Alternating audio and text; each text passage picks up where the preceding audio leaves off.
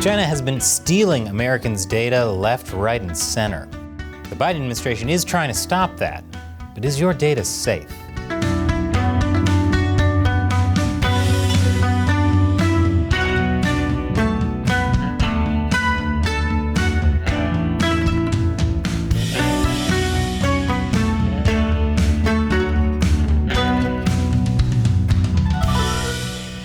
Welcome to China Uncensored. I'm Chris Chappell. There's a saying in the tech world that if you get a product for free, you are the product. That means that companies that don't charge you for their software or app are probably harvesting your data and selling it to make up the difference. It's not just advertisers who can get their hands on your data, though. It could be anyone.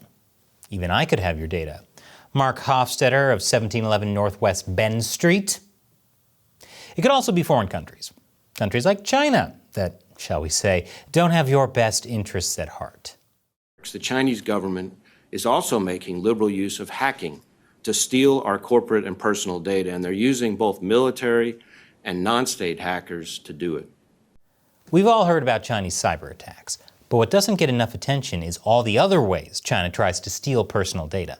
Like during the pandemic, when a Chinese company offered to set up COVID testing labs all over the US, which would have been able to collect DNA and send it to China.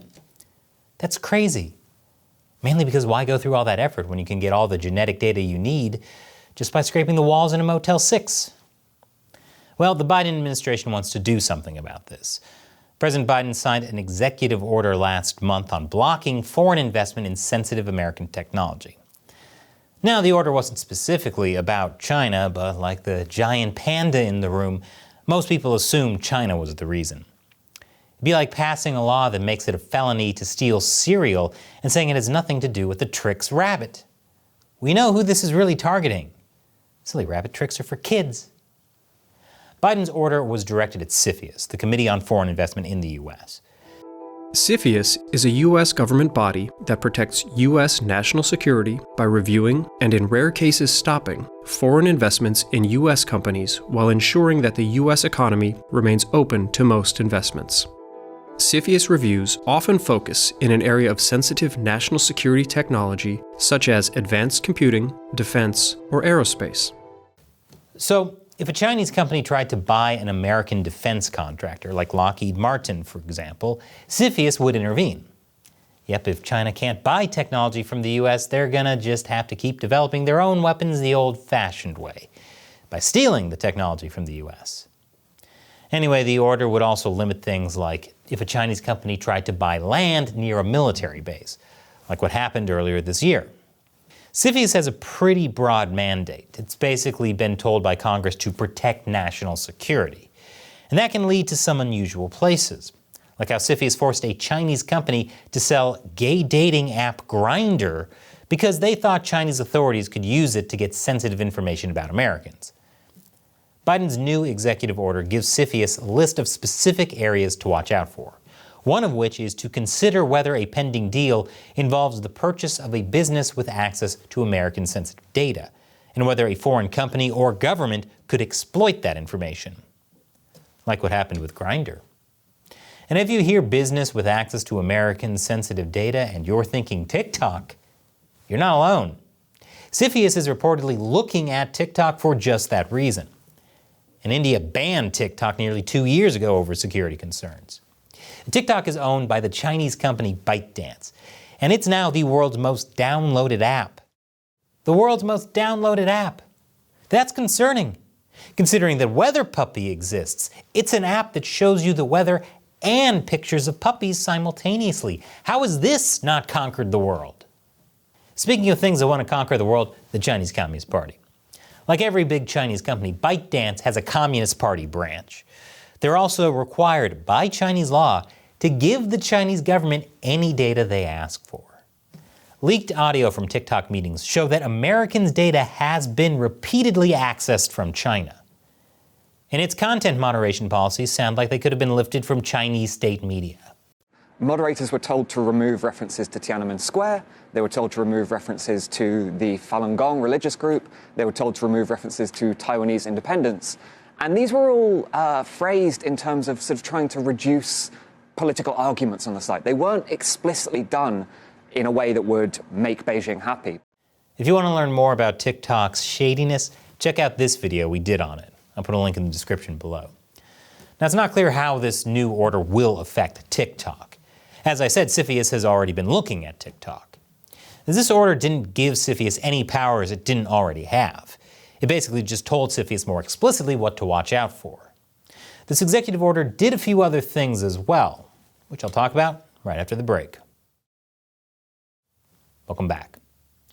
So Biden signed an executive order singling out American data security as a priority for screening in foreign investments.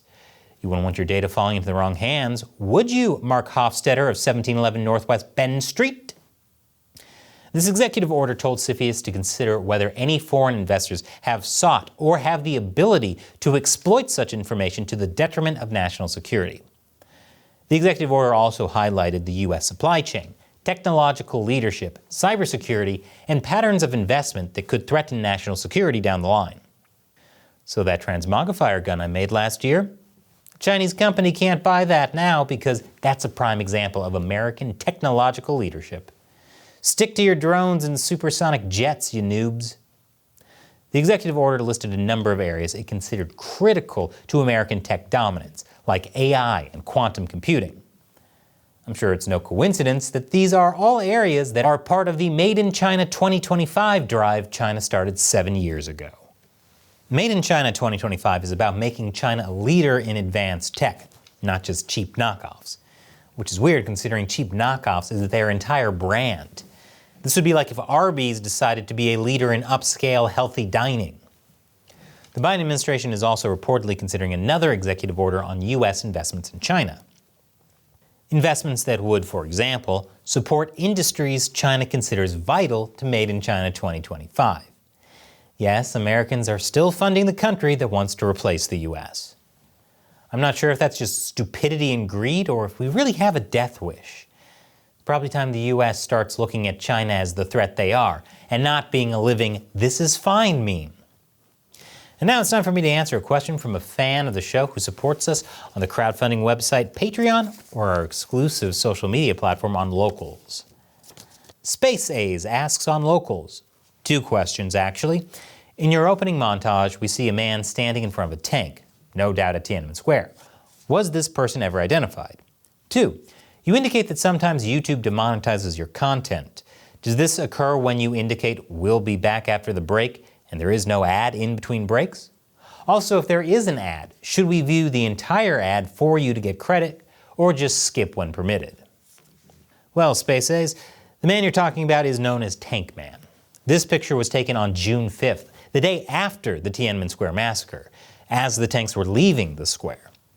And this guy wasn't just facing down a few tanks, he was facing down hundreds, after knowing the military had just killed thousands of people. Tank Man was eventually pulled away by bystanders, and he has never been conclusively identified. There are rumors about who he was and whether he's still alive. Some claim he was executed. Others claim he's never been identified by the CCP and is alive today. Probably the weirdest claim is that he escaped to Taiwan and was working at the National Palace Museum, which the museum denied. For now, Tank Man remains a mystery.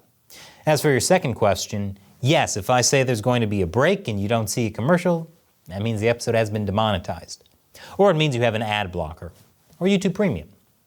As for watching the ads, if you skip an ad entirely, we don't get credit for that.